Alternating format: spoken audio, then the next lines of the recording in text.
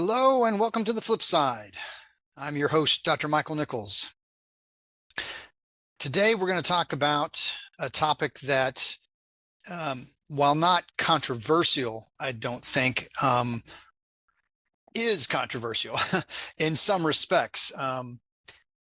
Over the years, I've given hundreds of seminars and lectures to both small and large groups of people.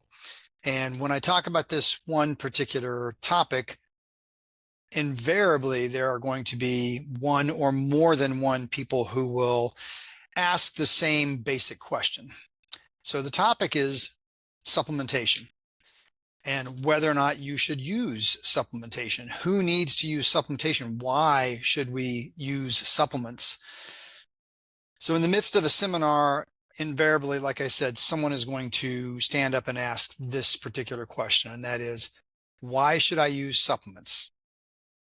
And the other part to that statement is typically something like, can't I get all of the things I need from the foods that I eat? Now, my answer to that is, that sounds like a very reasonable question. It is a very reasonable question. Do I need to take supplements? And can I get it all from the foods that I eat? In a perfect world, where everyone did what they were supposed to do, where there were no toxic exposures to things, yes, you should be able to get everything you need from your food. The problem is that the vast majority of people, not only in America, but in all parts of the world, vast majority of people are dealing with nutritional deficiencies from not eating adequate diets. America is one of the worst for that because we live in an environment that allows corporations to get away with murder. Now, that may be a shocking statement to say that we allow corporations to get away with murder, but I don't think it's a stretch of the imagination to say it like that. The corporations that make our food products, and we're just talking about this topic right now. We can go into all sorts of different types of companies that are doing horrible things to the American people, but let's just look at food. The corporations that make our food, that we buy our food products from, processed foods, okay, canned foods, whatever, fast foods, are allowed by our government to have toxic ingredients and to have incredibly low nutritional density to the foods that we are purchasing. So when we build a diet based on these types of foods that are incredibly low nutrient rich and loaded with toxic elements, it's going to lead to nutritional deficiencies. Our cells don't function as well as they should. And as such, we are going to have disease. And that's something we've talked about on the show a lot, is the incredible rate of chronic disease in the United States. It's ridiculous. And we're going to look a little bit more at that here momentarily. But that's the reason why I always answer that question as, yes, I do. I think everybody should be taking some type of nutritional supplementation. And we're going to talk about what I think you should take here as this goes on. But the general question is, yes, I think everybody needs to be taking some type of nutritional supplementation, good nutritional supplementation. And we'll talk about that as well. But can you and should you be able to get it from your diet? Yes, you should. But like I said, there's a lot of issues that are wrapped up in this. One that I didn't even mention was the fact that, a lot of the commercially raised food products, let's use vegetables, fruits, and animal products, all of those commercially raised, are being raised in ways that make them less nutritionally dense than they should be from nature. If you're growing vegetables in a manner of, you grow broccoli in this field and then you harvest it and you till it and you put broccoli back in that field, and then you harvest it and till it and plant it and do the same thing over and over and over again, where you're doing a monocrop situation in the soil gets completely depleted of nutrients, and so you're growing deficient foods. The broccoli in that scenario that's grown over and over and over again in that exact same soil is going to become deficient. Now, those who farm using proper rotation mechanisms, where they're growing a variety of different crops that are then being ground up into the soil every time they go back over thing and plant again, are doing it the way that nature would intended, or multiple crops.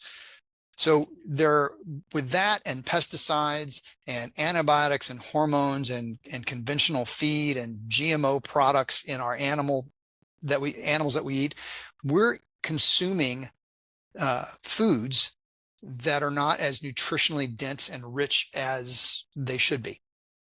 So even if you're eating a fairly good diet, but you're doing it with non-organic, conventionally raised, conventionally grown products, which are, once again, loaded with pesticides and other chemical products, you're not getting the nutrients that you should be getting, and you're toxifying your body at the same time. Now, put that into perspective, that probably the majority of Americans are consuming in this manner. Now, add on top of that the average American's diet of processed foods, highly manufactured, man-made products, chemical-laden, toxic crap. How many people do you know? And think about this. How many people do you know that are eating fast food on a regular basis? McDonald's, Burger King, Wendy's, Taco Bell, whatever it is, doesn't matter. There's really no good fast food out there. There really isn't. I mean, there may be a few places that are organic that are fast food, but they're far and few between, and typically much more expensive than the other stuff. So people aren't eating them as much. The percentage of people doing this is huge. And it's evidenced by the rates of chronic disease in the United States. Obesity is through the roof. Heart disease, cancers, arthritis, diabetes, all these chronic conditions are through the roof in America, and it's primarily because of our diet. The vast majority of the reasoning is because of our diet. Let's start off just in that vein, so to speak, right off the bat here, and show you a little something here. So this first thing I want to show you, this is actually from the CDC. Now, traditionally, I would tell you that I don't trust the CDC as far as I could, spit. The CDC has as much corruption in it as many of the organizations and corporations that you'll hear me talk about on these programs. However, that's all changing now.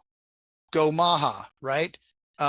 We've got all sorts of exciting things happening. New CDC directors, new FDA directors, new NIH directors, all working in coordination with Bobby Kennedy to help guide us into a golden age, my hope, my belief, a golden age of health and prosperity of health in this nation. So this is coming from the old CDC. So you can only imagine the better quality that we're going to get with the new CDC. So anyway, so this is on the CDC's page, and it's regarding chronic disease. And I wanted to come down here and read something here that is highlighted. 6 in 10 Americans have at least one chronic disease, and 4 in 10 have 2 or more chronic diseases. Many preventable chronic diseases are caused by a short list of risk behaviors: smoking, poor nutrition, which we just talked about, physical inactivity, and excessive alcohol use. Let's look at that little paragraph real quick. So we're saying 60% of Americans have at least one chronic disease, and 40% have 2 or more. 40% of Americans, 2 or more chronic diseases. This is insanity. It's the reason why Bobby Kennedy is so driven to help create a change in America. It's why all Americans, no matter which side of the political spectrum you lie on, should be behind MAHA. MAHA is not a political entity, and we need to stop thinking about it as such. Forget that it's attached to Trump. The Democrats are the ones that screwed up by not embracing this, not the Republicans or not Trump. So if you're a Democrat, let go of all that and embrace it, because this is going to help change America's health, and the way that we're going about this is going to change it. Supplementation should be a part of this picture. Look at the many preventable chronic diseases sentence there, right? Smoking. We know by this point, or should know by this point, the risks of smoking and the dangers of smoking. We should know what smoking can do to our bodies. I've said it over and over again that if you were smoking and you were from the generation of the 50s, the 60s, even into the early 70s, you have an excuse, because the advertisements, the marketing was such that it was telling you that there's no problem with smoking. In fact, doctors recommended smoking. It was good for lung power. Some crazy stuff, right? But nowadays, there's zero excuse. If you're smoking nowadays, you're just stupid. I'm sorry if that offends you, but smoking nowadays, with the information that we have, with as pervasive as that information is, if you're choosing to smoke at this point, you're just being ridiculously stupid, because the information is so solid and it's so out there that you can't ignore it, which means you're making a conscious decision to do something to your body that is potentially incredibly addictive, going to be very difficult to get off of, and is destroying your body slowly but surely. And that's not ignorance, that's stupidity. So once again, not trying to offend you, but it's just a fact. Here's the thing with smoking, because right next to it, you see poor nutrition. One of the factors of smoking is that it depletes the body of particular nutrients. So poor nutrition may be separate there, because that's what you're consuming with food products, but smoking is also causing nutritional deficiencies. So they kind of go together a little bit from the perspective of where we're going with supplementation. Skipping physical inactivity, if we go to excessive alcohol use, same basic type of situation.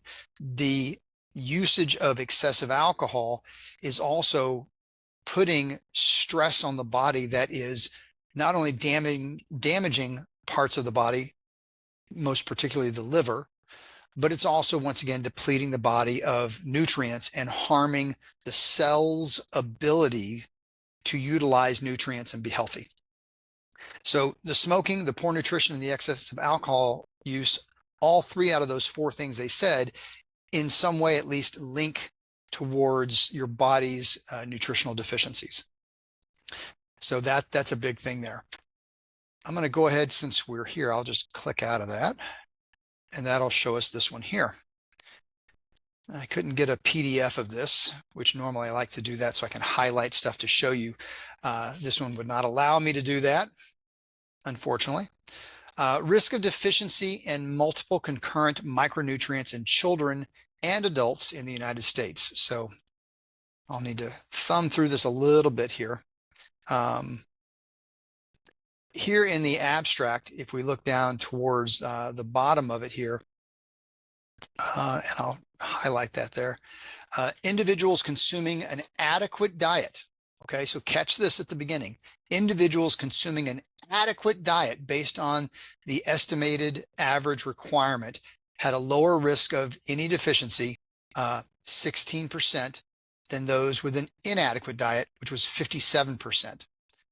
Nearly 1/3 of the US population is at risk of deficiency in at least one vitamin or has anemia, which is typically linked to mineral deficiencies. So we'll look at iron with that. But look at that. Individuals consuming an adequate diet based on the estimated average requirements had a lower risk of deficiency, 16%. So meaning that there were still people consuming the adequate diet that had deficiencies. Of course, it was far greater, 57%, in those with an inadequate diet. So even those eating what they considered an adequate diet, which that's a huge question mark, still had nutritional deficiencies. It makes sense when we say inadequate diet, nutritional deficiencies, they're just going to go together, right? But we're even saying in this study here that people with the adequate diets even had deficiencies.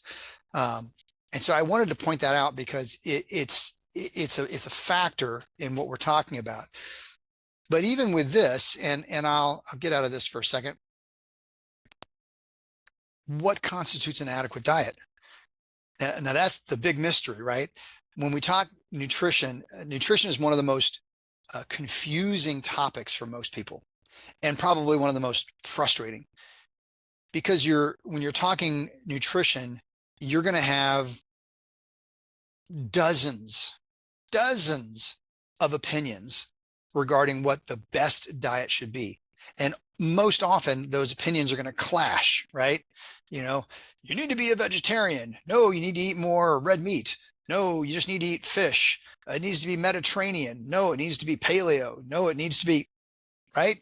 And it drives people nuts. It drives people to the point where they want to just give up on the whole thing and just go to McDonald's and eat their fast food, right? Are you one of those people? You get frustrated with all the experts saying this is what I'm supposed to eat, and you finally just say fuck it and go get your Whataburger or your In-N-Out. In-N-Out burger. Love me some In-N-Out burger, but I haven't had it in decades because I don't have anything close to me now. Regardless, a little transgression there. But the point being is that what constitutes an adequate diet? There's so many variables and there's so many opinions. So that's also another factor, people not really understanding what it is they should eat or how they should eat. You've heard me say in the past that diet variation is really a key factor in the health of your body. If you're trying to create healthy cells, you're trying to create a healthy body, that being able to vary up your diet and modulate it at different points actually creates the most health. And I'll still stick to that. Within that, there are factors, that we have to think about. We have to think about, once again, organic. We have to think about the quality of the different types of meats that we eat, whether it's, beef, pork, chicken, or fish, or anything like that, butter, dairy products. What's the quality of that you're eating? Because that makes a huge difference in the nutrients that you're getting. But even still, the bottom line, like I keep saying, is that we have massive amounts of deficiencies in this country, and that those deficiencies are a problem. Okay. I want to show you another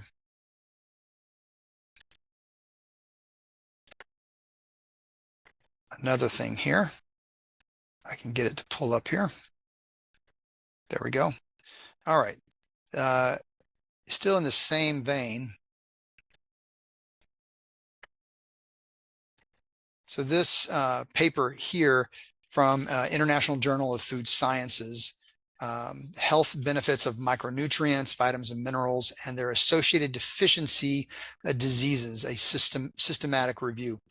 So this is a very large review, and I'm certainly not going to go over the whole thing, but just to once again show you the prevalence in the literature of these types of things when it comes to deficiencies. So this was done in 2020. And the first thing I wanted to read was this, for most people, this is probably a no-brainer type of information here, but just to kind of set the grounds for some of the importance. Micronutrients, which would be your vitamins and minerals, have numerous health benefits, including tissue maintenance, bone and teeth formation, and health, serving as cofactors and coenzymes to various enzyme systems, aiding the regulation and coordination of most body functions and other biochemical and physiological functions in the body. Micronutrients are essentially required by human and other organisms in varying amounts throughout life to coordinate various physiological functions to maintain health. Micronutrient requirements in humans are in amounts generally below 100 milligrams per day, in contrast to macronutrients, which would be your proteins, carbohydrates, and fats, which are required in grams per day.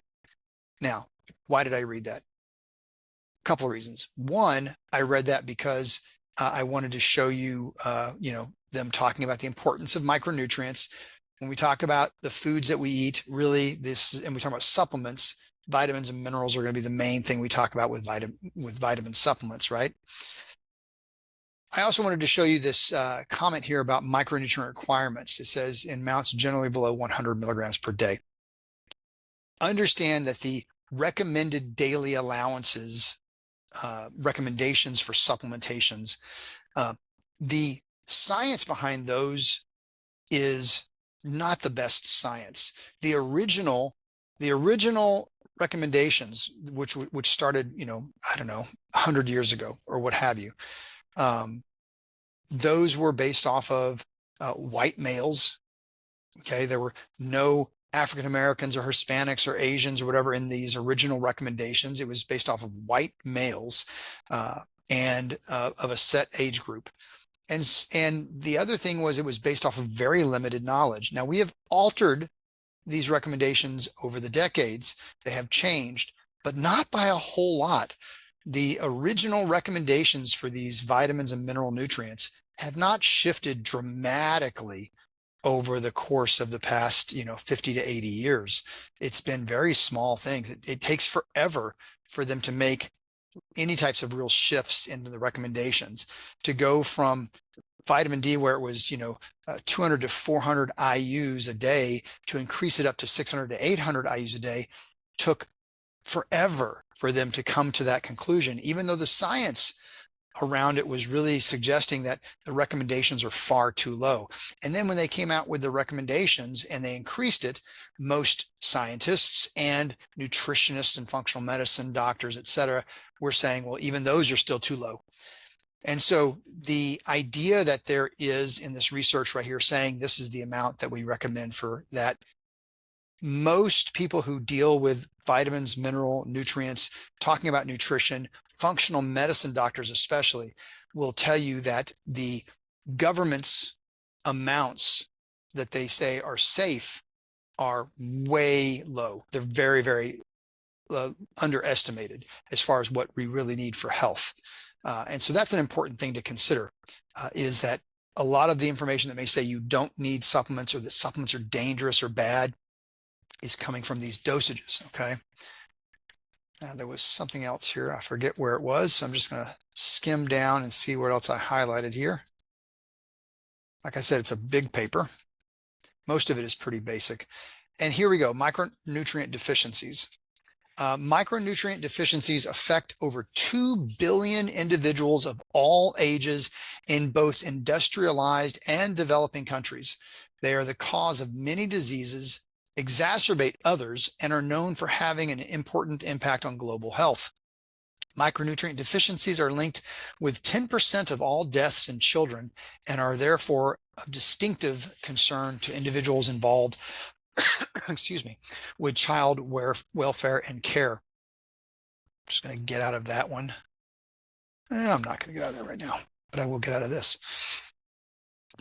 Excuse me.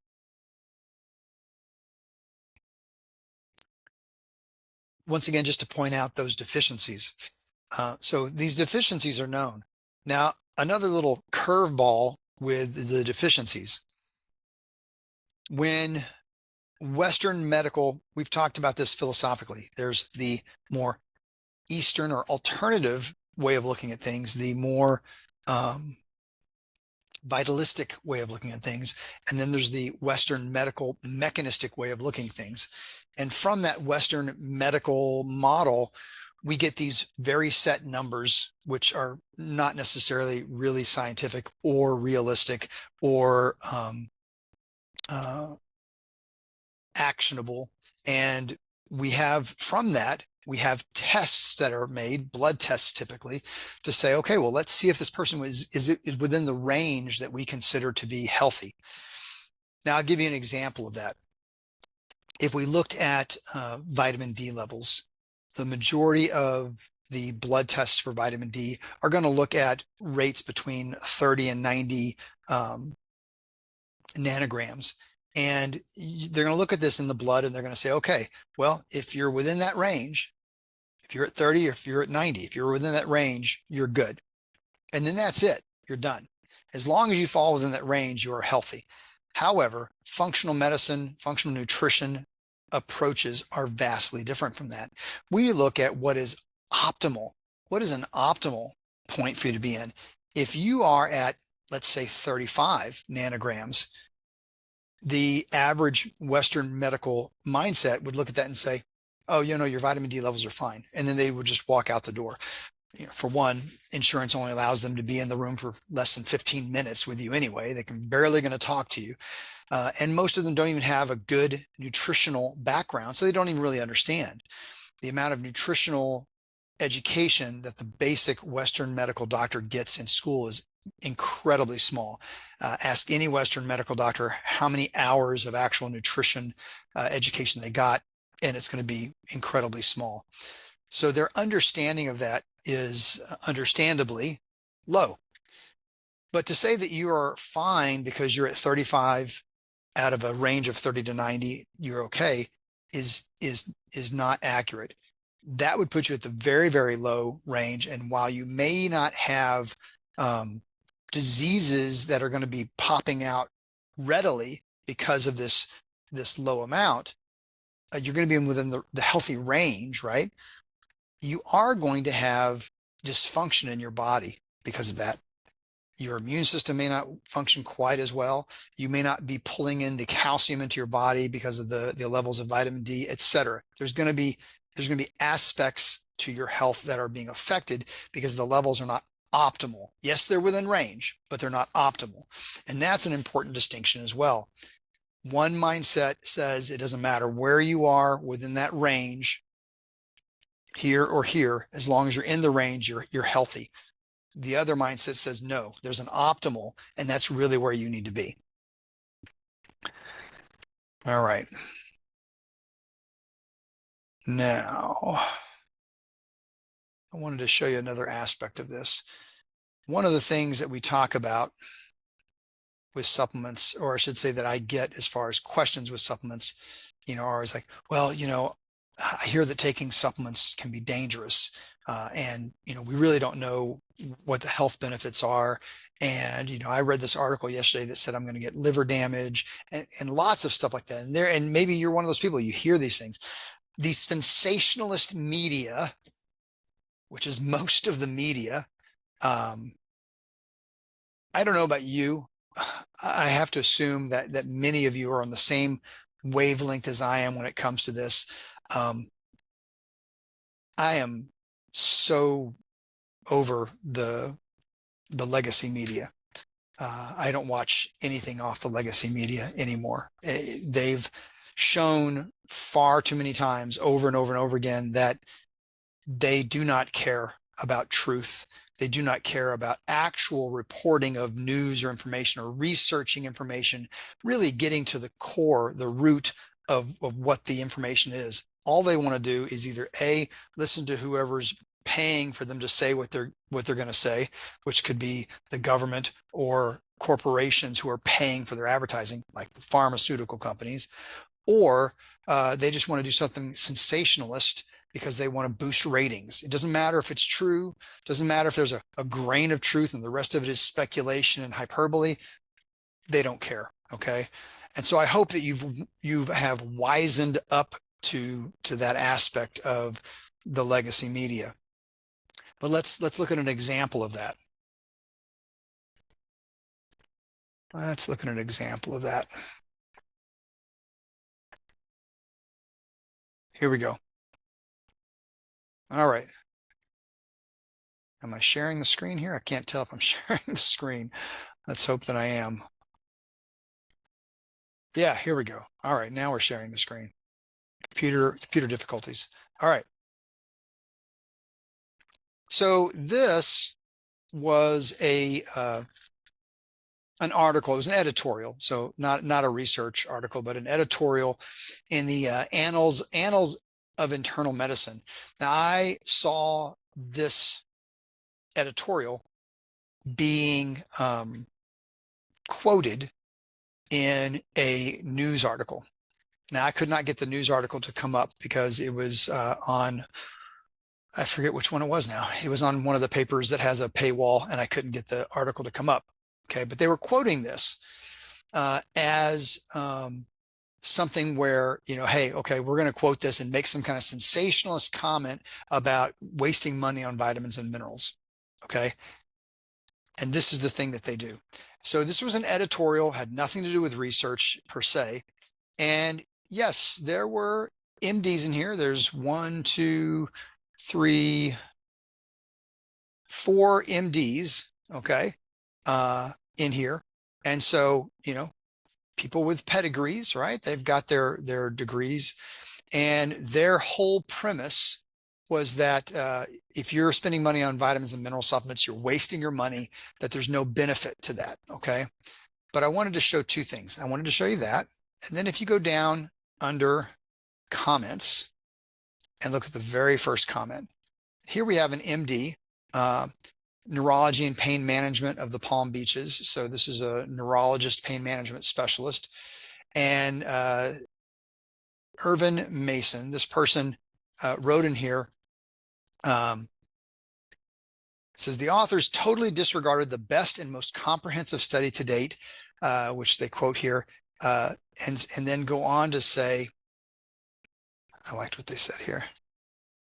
I recommend to the authors that they be thought a fool rather than to put it in print and remove all doubt. I recommend to the patients that if they find a doctor who states that one receives all the vitamins and minerals from the food they eat, they should find another doctor. Enough is enough. I love this doctor. Dr. Irvin Mason, if you're out there, if you hear this or someone else hears this and hears me mentioning you, I just want to applaud you and love your usage of your terminology there in that last paragraph. I agree. So the thing I wanted to show is that, yes, you had these doctors saying this, but then you have other doctors saying that these people are fools. Okay. So that's one of the things that you wouldn't see in the sensationalist media. You wouldn't see them saying, some doctors say this, but other doctors say that they're idiots, right? They're not going to get that. Let's look at another example of this.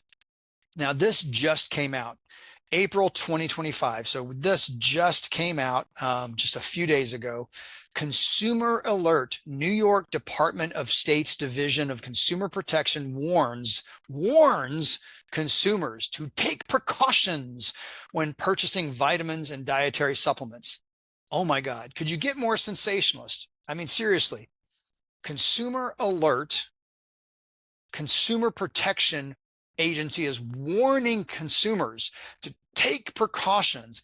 And now I want you to be really clear too about what the title says here. When purchasing vitamins and dietary supplements, that's a very big, broad statement. They're saying vitamins and dietary supplements, all of that stuff out there that you get from GNC or from the vitamin section at your Kroger or something like that. They're saying vitamins and dietary supplements. They're not being specific. They're saying all of it, right? Okay, so what was so alarming that you had to do a consumer alert? What was so alarming that people have to take precautions? Did 20 people just die? What the hell just happened? Oh my God. So let's look at this. It's so ridiculous. Okay, of course, they go on to saying that, unlike over-the-counter prescription medications, dietary supplements may be sold without any type of pre-market review by the FDA. That's true. If you didn't know that, now you know that. The FDA does not need to approve of dietary supplements. They are beyond that, okay? Is that a good thing or a bad thing? You know what? With the changes that the FDA is going to be making, it might be good for the FDA to actually approve those things if you could get the corruption out of the FDA. If the FDA wasn't part or a branch of the pharmaceutical industry, then it might be worthwhile. But the way it stands in the past and currently, I would say, thank God the FDA is not involved with the dietary supplements as much as they are, because they are a branch of the pharmaceutical company. All right. So anyway, they continue here. And what I want to come down here. So let's see. The New York Department of State's Division of Consumer Protection is warning consumers to take precautions when selecting vitamins and dietary supplements. They go on to talk once again about the FDA not approving anything. They talk about assuming certain things about supplements. They talk about, being warned, buyer beware, more sensationalism.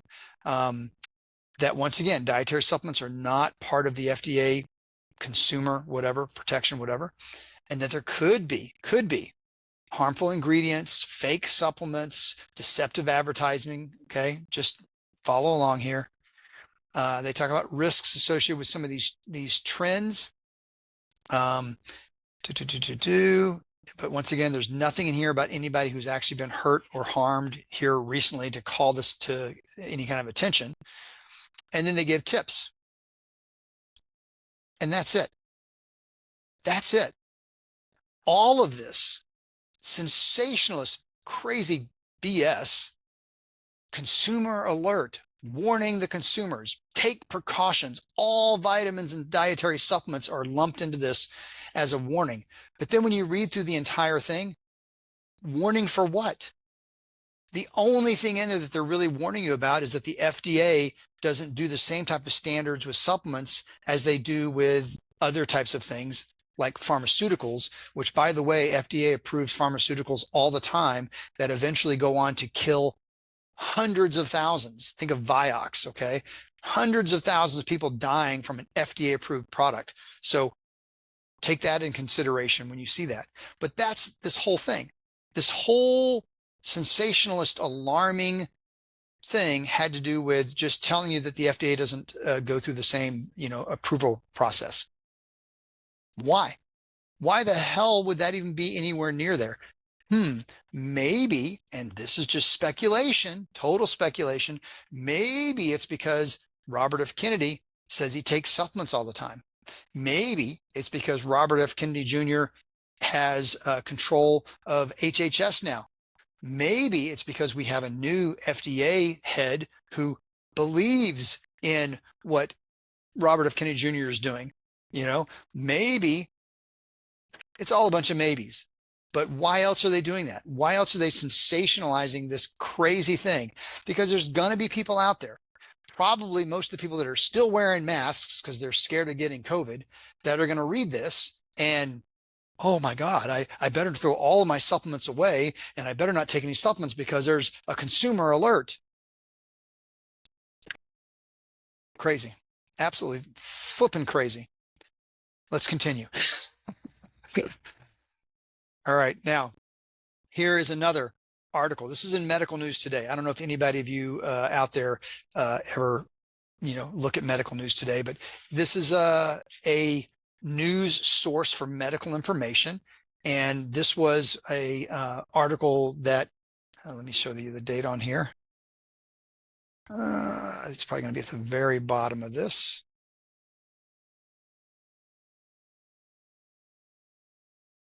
Well, I don't see the date on there, regardless.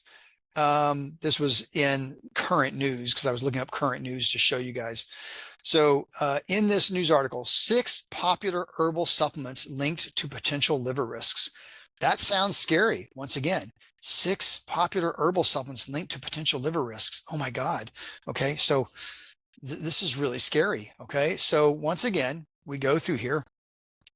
And we get this: researchers at the University of Michigan report that an estimated 15.6 million US adults, or 5% of US adults, have taken at least one herbal supplement in the last 30 days that might be damaging to their liver. Holy crap, right? What the hell? Okay. So we go in here and we read more, all this stuff, not really saying anything. And then you go down and here's the study. Okay.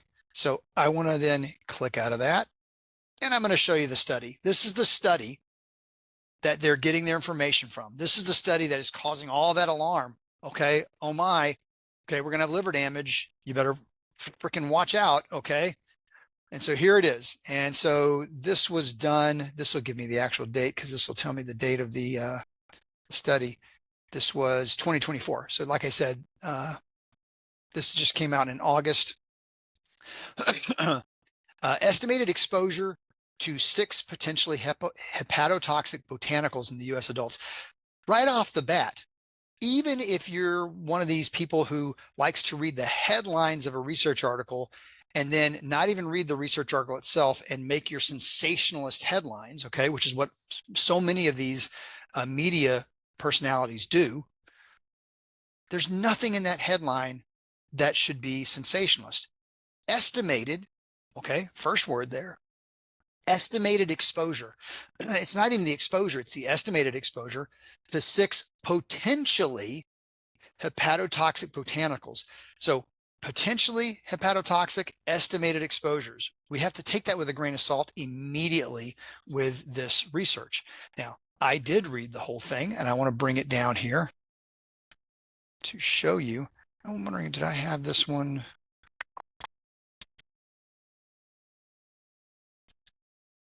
No, I didn't. Okay. I was wondering if I actually had downloaded this one. I didn't download this one because I think the information was so easily to see here. The objective was to assess the prevalence and clinical characteristics of adult consumers of 6 potentially hepatic botanicals. This research article wasn't even about looking at death rates or anything like that. Totally benign, even in the way that they were going about this. But let's look at what it is. So here we go. Their conclusion and the relevance of this. In this survey study, an estimated 15.6 million US adults consumed at least one botanical product with liver liability within the past 30 days, comparable with the number of people who consumed non-steroidal anti-inflammatory drugs and a commonly prescribed hypolipidemic drug. Okay, so this study did not show deaths. It did not even show adverse events. It didn't show anything that really showed harm. It showed that this is the number of people that were taking a product that has the potential to create some type of liver toxicity. It didn't talk about the amounts. It didn't talk about people going to the hospital. It didn't talk about any kind of damage whatsoever. Yet Medical News Today pulled this article to use it as a sensationalist piece to scare people into thinking that they got to be wary of supplements because of hepatotoxicity. Once again, I'm dumbfounded with the level of irresponsibility by those in the media. It's completely irresponsible. It creates this hyperbolic atmosphere that gets people all scared and is going to hurt the supplement industry. That could be a motive. Okay, who's paying for these news articles? Is it the pharmaceutical companies? Because guess what? They don't like the supplement company. They don't like supplement companies because it takes money out of their pockets. That's why pharmaceutical companies like to buy supplement companies, because they want to control the narrative, right? Let's look at something else here. All right. Continuing with this. All right. So I wanted to look at, okay, so if there is all of this this fear, oh my God, if I take supplements, am I going to die? If I take supplements, am I going to destroy my liver? If they're telling me all this stuff, I know here this year, I saw at least 2, if not 3 or 4 news articles that came out across the feed on my phone or whatever. And I didn't have access to the paywalls for most of these, so I didn't read the whole articles, but the headlines were sensationalist. They were like talking about liver toxicity and supplement usage. Big headlines. The headlines didn't tell you which supplement, and they didn't tell you anything else about it, but they were these big headlines. And so it sounds like, oh my God, there's an epidemic of people, having liver toxicity and rushing to the hospital and maybe dying or whatever else. Okay. So here's an article from the New England Journal of Medicine. And let's look at the date on this one. This is 2025, so very timely. Emergency department visits for adverse events related to dietary supplements. Okay, so notice it says here, it says we used nationally representative surveillance data from 63 emergency departments obtained from 2004 through 2013. Okay, let's look down here. And here we go. So in their discussion here, we estimated that dietary supplements were implicated in an average of 23,000 emergency department visits and 2,000 hospitalizations annually. Okay. All right. So that sounds like, okay, well, that's no small number, right? I mean, what the heck? All right. Continue down. Weight loss or energy products caused more than half of these visits. So over half of these were caused from weight loss and energy products. When I'm telling you about supplements and I'm telling you that I think everybody should take supplements, I'm not talking about weight loss and energy products. I'm talking about a multivitamin. Okay. I'm talking about, some type of supplement like that. We're talking about vitamins and minerals. We're not talking about weight loss and energy products. That was over half was weight loss and energy products. And most of that's because it contains ingredients that accelerate heart rate and metabolism to try to burn off calories or to accelerate energy. And that causes cardiovascular issues. Okay. And so that's well known. That's why they banned ephedra decades ago, because ephedra was the main product in a lot of these Zenadrin and hydroxycut back in the 90s and early aughts. And these were causing some harm. Now, relatively speaking, for the number of people that were taking them, the amount that were getting harmed was relatively small, especially when you consider the amount of people that take prescription medications that never get talked about on the sensationalist media. The percentage of people with adverse events is far higher, night and day difference. But they sensationalize the supplements over the pharmaceuticals. Now, let's look at the other part of it here. Unsupervised ingestions by children caused more than 1/5 of all estimated emergency department visits for supplement-related adverse events. So now we've got over half of these situations being caused by weight loss and energy products, and another 1/5 of those being caused by children choking on supplements. This is not a problem with the supplements. It's not an adverse event. It's a young child picking up something from a countertop, it wasn't supervised properly, and swallowing it and choking on it. 1/5, okay? Just really crazy.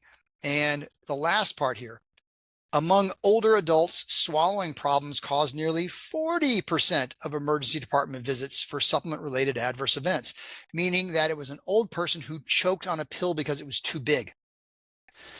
So in all of these numbers, when we talked about the adverse events of the supplements, most of the stuff was caused by weight loss and energy drinks. Okay. So not supplements that we would normally consider as supplements as such. And the vast majority of the rest of that came from children and older people choking on pills. This is the kind of sensationalist crap that gets thrown into the media. Oh my God, we've got all these people, The other thing is that when you looked at this, I looked at this, I didn't see any deaths, hospitalizations that were easily handled, and no deaths. So, once again, I'm going to switch over here and let's look at this. An increase in dietary supplement exposures reported to U.S. poison control centers. Okay, once again, sounds, kind of bad. 2017 article. But let's look at what we're talking about here. It's going to be down here at the bottom. And in the conclusions, we see, although the majority of dietary supplement exposures did not require treatment, okay, majority of what they looked at did not require any kind of treatment or result in serious medical outcomes. Two categories of dietary supplements were notable for their adverse consequences: Yohimbe and energy products. And guess what? We're back to weight loss and energy products, and a third category that sometimes comes up, and that is sexual enhancement herbal products. Yohimbe is one of those. Okay. So look at the thing we're talking about. Any of the adverse events that were basically large enough to be put into one of these studies came from weight loss, sexual enhancement, and energy drinks. This is not what we're talking about when we talk about trying to help with nutritional deficiencies. Okay. This is not what we're talking about. One more here.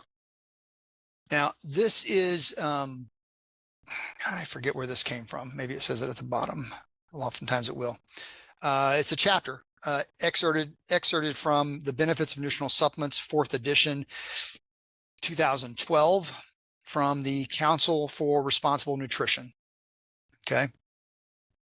And they go through a lot of information here, but I wanted to point out one particular thing in this. There's a study that is often quoted by those that like to belittle supplement usage. And it's this one here. The Iowa Women's Health Study, as it states here, is a large observational study that was started in 1986, which enrolled about 40,000 women. Now, the reason this is quoted often when you hear about people putting down supplement usage is, for one, it's a large study, 40,000 women. They were followed over a long period of time. And as such, it makes it a very respected type of study. Okay. Very respected type of study. And in this, the authors of this report on the Iowa Women's Health Study advise against the general and widespread use of dietary supplements and recommend that supplements be used only with strong medically based causes such as symptomatic nutrient deficiencies. Such advice is not justified. Anyway, that was what they were. That's what they were recommending. Okay.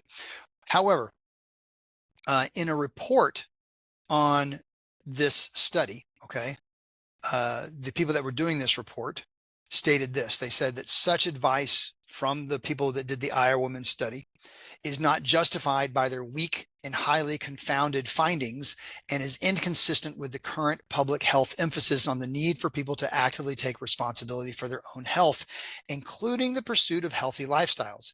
Waiting for symptomatic nutrient deficiency before adopting prudent dietary improvements or supplementation is counter to good sense and contrary to good public health policy. Love that. That actually, yeah. Harvard commentary on the Iowa study results.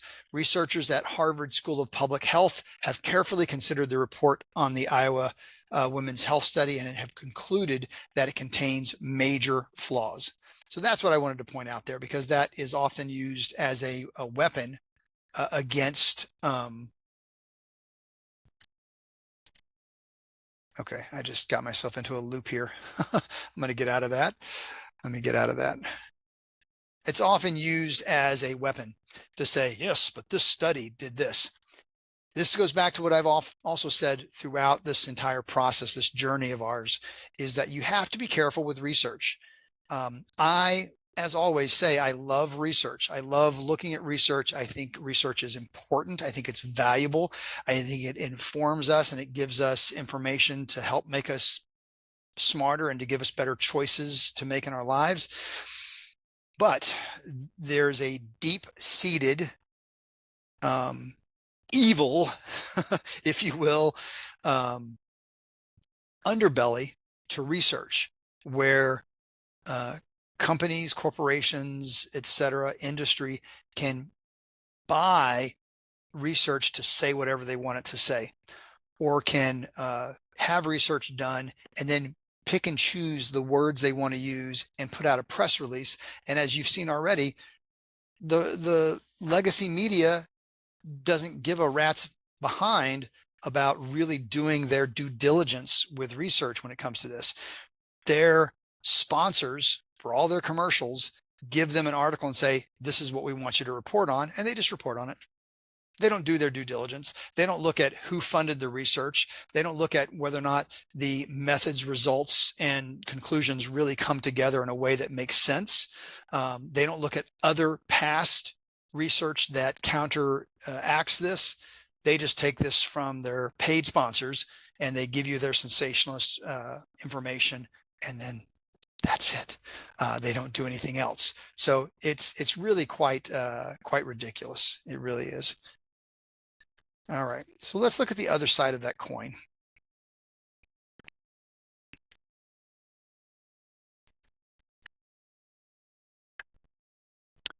Got another one here to pull up here. And I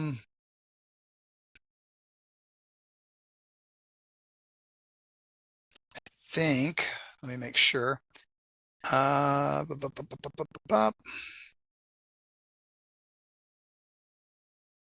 Well, this is really just talking about more of the deficiencies, but I'll go ahead and show this. This is an article. Once again, I couldn't get the PDF for this one, but it's an impact of frequency of multivitamin and multimineral supplement intake on nutritional adequacy and nutrient deficiencies in U.S. adults. And I'm going to go all the way down to the discussion and the conclusions. Frequent use of multivitamin mineral supplements is effective in increasing micronutrient intakes, decreasing prevalence of most nutrient inadequacies, and decreasing risk of deficiencies of particular vitamins there. Intake of multivitamin mineral supplements also slightly increased the prevalence of consumption above for certain nutrients. So once again, in support of that. This is a Consultant 360 Multidisciplinary Medical Information Network. This review article, Vitamin and Mineral Shortfalls, Frequently Asked Questions About Closing Dietary Gaps. And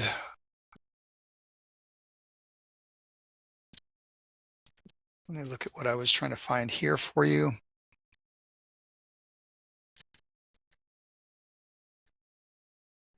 Well, I don't remember what that one was, so I'm just going to get out of that.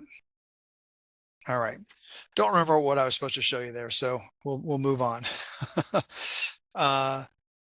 Key factors there was just the simple fact that we have a difference of opinion, obviously, in the science world about whether or not we should or shouldn't take supplements. However, I've mentioned this before, Google Scholar, if you type in Google Scholar into your search bar, it'll pop that up very quickly. Google Scholar is Google's kind of behind the scenes search page for finding nothing but research information. I love Google Scholar because it creates an easy, accessible way to look at research. Most of it is accessible and ready to use for the individual. Some of it's behind a paywall and you can't get to it. Some of it only gives you the abstract, but a good majority of it is easily accessible for the individual. And so you can find lots of great information. And there's far more research in these categories that supports the usage of vitamin and mineral supplementation than there is that counteracts it. And those that do talk bad about vitamins and minerals really do so from a very weak perspective. They either say, well, we've looked at these studies and we say that we can't show that people are living longer because they're taking supplements, therefore you shouldn't take supplements. Okay, that's kind of a pointless argument, and that's the type of approach that some of these articles take. Or they'll look at it and say these people were taking vitamins and mineral supplements, and they still died from these particular diseases. So because the vitamin and mineral supplements didn't keep them healthy from these diseases, therefore it doesn't work, and you shouldn't take them. Once again, not a good argument. And it's not really proving a point of not taking supplements. Here's the bottom line. Do you have a perfect diet? Okay. I don't have a perfect diet. And I'm here giving out health advice, and I don't have a perfect diet. Do I try to have a good diet? Do I try to eat organic and organic pasture raised, foods and eat enough vegetables and fruits and good proteins? Do I do those types of things? Do I try to not eat fast food and processed food? Do I try to keep my alcohol content to a minimum, etc.? Yes, I do those things. That's what I'm trying to do. But there's no way I'm perfect about it at all, not even remotely. I'm like you guys. I struggle with these things too. But I try. And even with me having a diet that I think is far better than the average American, okay, it's not perfect. And as such, I'm still going to take vitamins and mineral supplements because it's not perfect. And it's never going to be. The analogy that I use for people when it comes to a good multivitamin, okay, now let me stress that, a good multivitamin. I'm not talking about Flintstones chewables or Centrum or 1 A Day Plus Iron or any of these types of ones that you see on the regular news as commercials, the ones that you get off the counter at Costco or at Kroger. The vast majority of that, in my opinion, is junk. There's lots of supplementation out there that I consider junk. Now, I don't consider them necessarily harmful, but I consider them a waste of money because they're not going to be bioavailable. Your body's not going to really receive those nutrients. Most of them are filled with chemical fillers that aren't good for your body. And they're made in a lab with some scientist in the white coat trying to create a B vitamin out of coal tar. Okay. Yes. A lot of B vitamins are made out of coal tar. Do you really want coal tar in your body as a vitamin? They're extracting it from that. There's lots of resources like that. So yes, a good vitamin. I'm going to go through some stuff to look for that. Okay. But this is what I always say.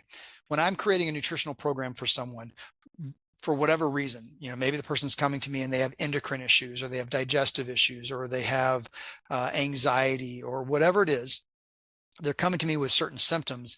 I don't look at them and say, I'm going to fix your symptom. I look at them and I say, what is out of balance with this individual? What systems are out of balance with this individual? Is it the endocrine system? Maybe that's what's causing their depression. Maybe that's what's causing their anxiety. Maybe that's what's causing their sleep issues. Maybe it's their digestive issues. Maybe something's off there. Their digestive system is out of balance. And my goal, my purpose is to try to create balance within those systems. It's not to fix their irritable bowel syndrome or their anxiety or depression. It's to fix the imbalances, because when we do that, the body takes care of itself. Digestive systems fix. Adrenal issues get fixed because the system is balanced. That's the purpose. So when I'm giving a list of supplements that I think the person should take, the very first thing on the top of that list is always a good multivitamin. Why? If I'm giving 4 or 5 other supplements for helping address the system's imbalance, why are you also giving me this multivitamin? This is my analogy. If you're going to build a house, the very first thing you must do is build the foundation. You have to create a nice foundation. And if you're creating a foundation with lots of holes in it, then anything you try to build on top of that is going to collapse. It's going to fall down because the foundation is not solid. That is what your multivitamin supplement, your good multivitamin supplement, does. It helps to create a baseline. Okay. Now, there's an argument, and you may have used this yourself in the past. Supplements just create expensive urine, expensive pee. I don't want expensive pee. The idea being that if you take supplements, it's all going out in your urine, which is why your urine is bright yellow and it may have an odor to it because it's all going straight through your body. So let's address that briefly. Number one, if it's a good supplement, then the whole thing is not going out in your urine. If it's a bad supplement, there's a higher chance of it going out in your urine. Yes, okay, because the body's not absorbing it. It's not bioavailable, okay? So that's important. But here's the other thing. let's say you don't take supplements. Let's say you eat a really good diet. Okay. So I've got this really nice meal in front of me with a bunch of broccoli, a bunch of asparagus and cauliflower, and a nice piece of organic pasture fed, steak, whatever. Okay. I've got my nice meal here. Do you think your body's absorbing all that because it's food? No. Your body's going to take the vitamins, minerals, micronutrients, phytonutrients, macronutrients that it needs. And a lot of that other stuff is going to get excreted if it doesn't need it. And that's going to happen with food. And the same thing happens with supplements. If you have the best supplements on the market, your body's still not going to absorb 100% of that. It doesn't happen that way. Okay. Think about Special K. Special K cereal. I used to always laugh, 100% of your USRDA requirements in a single bowl. Who the hell needs that? It's a ridiculous marketing thing, but it worked, has worked for a long time because people think they're getting all their vitamins and minerals. Okay, you're no way you're going to absorb all that, especially if you're taking it in all at once. If you microdosed it throughout the day, you're going to have a better chance of absorbing it. Putting it all into your body at once, there's a lot of it's going to flush out. So yes, you're going to have nutrients going out in your urine. That doesn't mean that the supplements didn't work.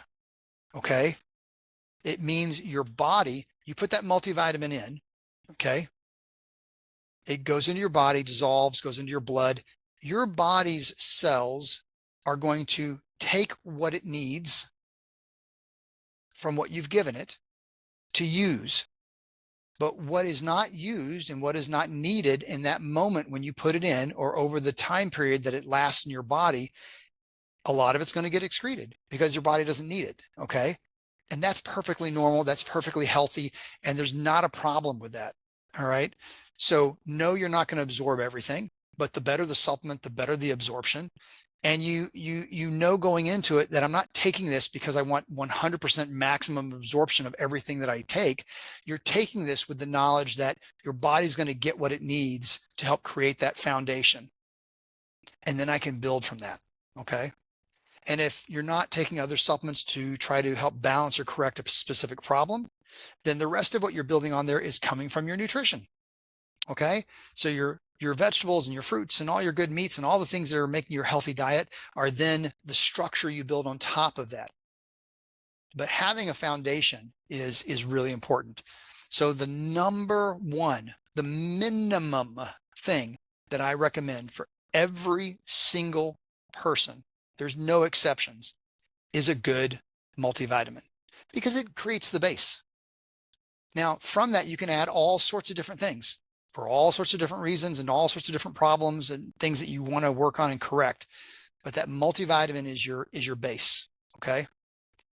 Now, I have a particular issue with people using singular nutrients, meaning I'm going to take 500 micrograms of this vitamin. I'm going to take 100 milligrams of this vitamin. I'm going to take so many milligrams or IUs of this vitamin. It's really difficult to know how much your body needs of any particular nutrient at any particular time in these very specific amounts. So I'm going to take this much, vitamin K and this much vitamin B2 and this much C and this much D, and for you to know those amounts, it's very difficult. If you're taking a good multivitamin, then once again, you're just taking a handful of stuff and going, here, body, use what you need. Okay. And your body goes, hey, thank you for that. And it uses that. The rest of it goes out. And then you have a really good diet on top of that. You can then start to increase amounts from there. Now, when there's certain imbalances in the body, I do like to use specific things. But once again, those are for very specific situations. So I'm not going to get into those details for that right here. But for you listening right now, if you're not taking a really good multivitamin, that's the place to start. If you don't do anything else and you take just a good multivitamin, you are giving yourself a boost. You're giving yourself a lift, a leg up in your health. Does it mean you're going to live forever? Of course not. And who wants to live forever anyway? Okay. Does it mean you're never going to have a problem? Of course not. There's too many factors involved for that. Does it mean that your body should be able to function at a higher level, even if it's imperceptible to yourself? Absolutely, 100%. Got no problem saying yes to that. Let me show you some examples of what I call a good multivitamin. Okay. And let me say right off the bat, I guarantee you there's other things out there that I'm missing. So for those supplement companies that I don't mention, sorry, wasn't thinking about you. You can send me, put comments in the video box down there, and also send me emails and say, hey, what about this one? What about that one? And let me know that you have one you want me to look at. I'll definitely look at that. Okay. So,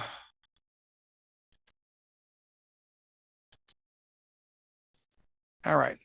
So this company is called Systemic Formulas. Systemic Formulas has some really good products, and these products have excellent quality control.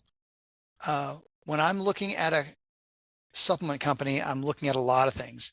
I'm looking at, do they use organic ingredients?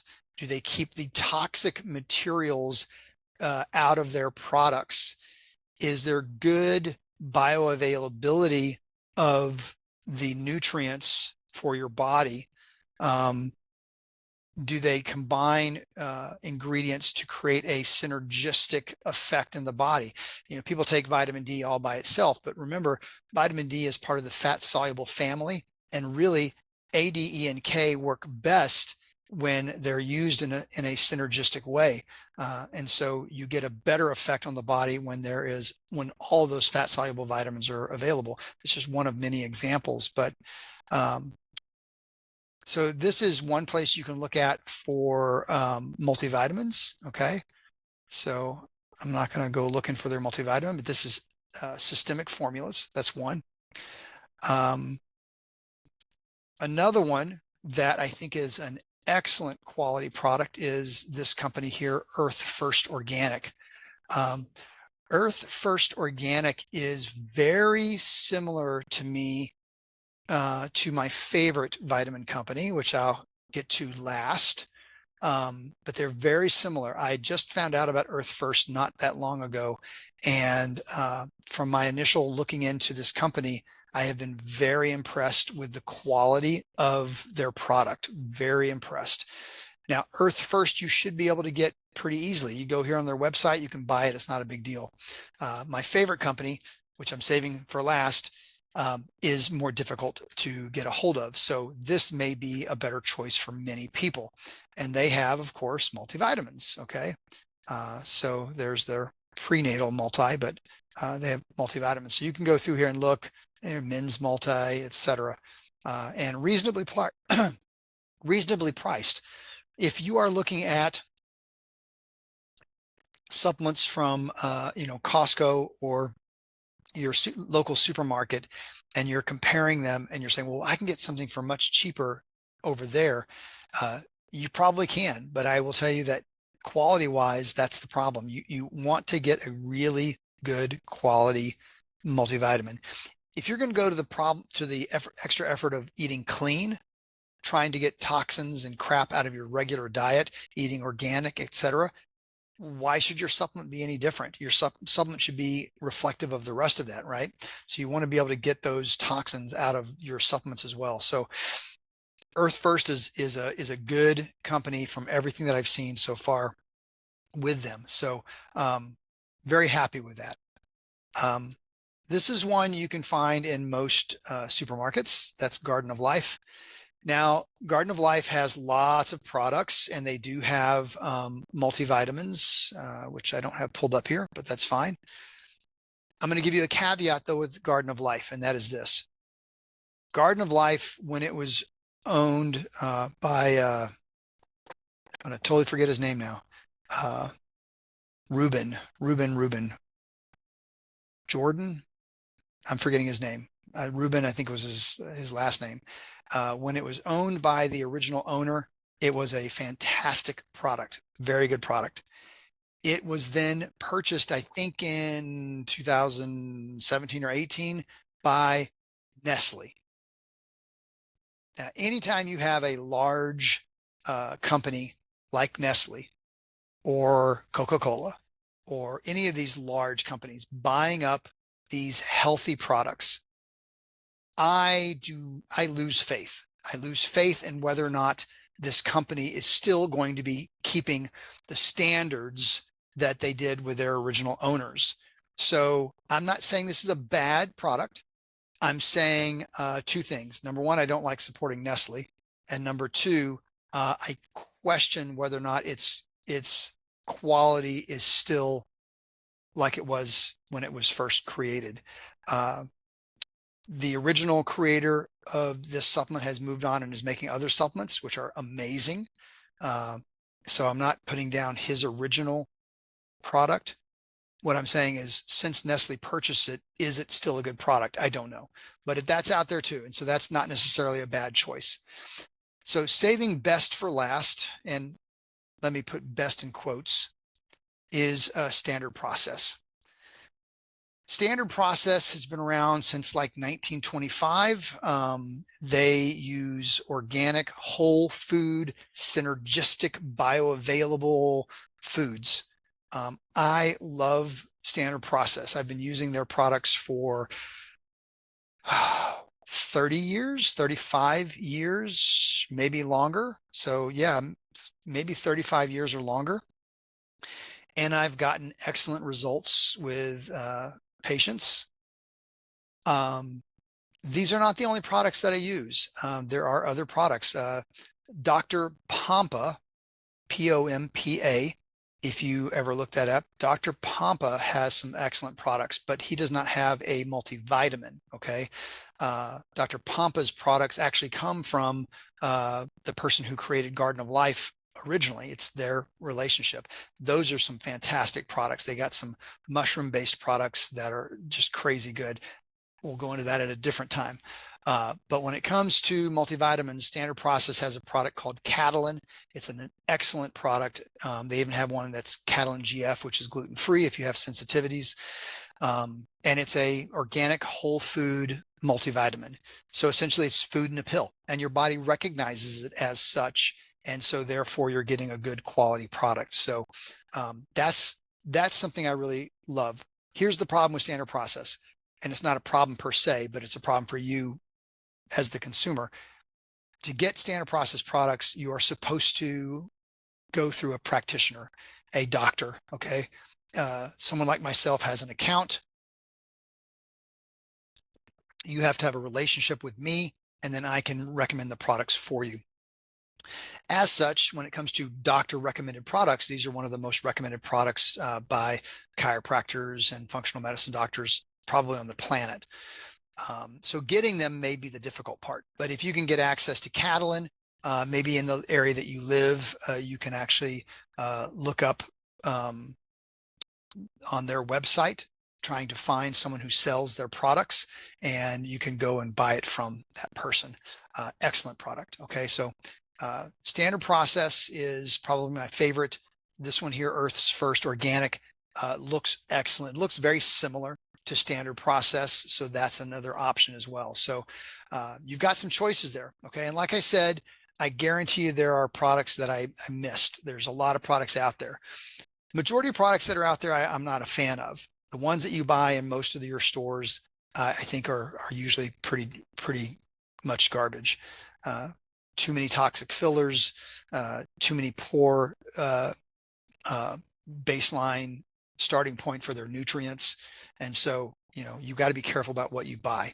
But if you're taking a good quality, like I just showed you, multivitamin, it is going to enhance your body's function. It can't do anything otherwise. If it's a good quality product and you're taking it, it's adding more of those micronutrients into your system that your body's going to need to survive. Okay. So here's the bottom line. Number one, ignore the legacy media. That pretty much goes for anything that they say nowadays, because they have yet to realize that they've lost the ability to get across information to the consumer. They're still out there wandering around like zombies, doing what they were doing last year and the year before and the year before and the year before, which is lying most of the time, and or telling half truths and expecting us to eat it and swallow it and move on. not happening. So don't swallow, don't believe the hyperbole that is thrown out in the media regarding dangers of supplements. Maybe not even believe the hyperbole about the benefits. Okay. Just realize that it's almost impossible to have a perfect diet. And therefore, taking a really good, strong multivitamin helps your body become healthier. Bottom line of all of this. Okay. Uh, so hopefully that was helpful for you. I really hope that that helped give you good information to make a better choice with your supplements. I've been saying this and I'll say it some more. I really appreciate those who are watching the show and who are following along. Please follow along on one of the formats that the show is on, Spotify, Rumble, or YouTube. Follow me on Instagram. I'm on Instagram now, the Flipside with on Instagram. Follow me there. And I'm on Twitter. So follow me there as well under Dr. Michael Nichols. Share this with others if you found it useful. I would appreciate that. And please send me an email. There's an email that's on that link tree. Send me an email and ask me questions. Tell me some ideas for some future episodes that you'd like to see me address, and help me make this show even better and better and better, because that's all I intend for this to do, is help the information get better and better for you, the viewer. So once again, thank you so much for joining me on this 14th episode. And like I always say, it's the end of this episode, so we'll see you on the flip side. Bye-bye.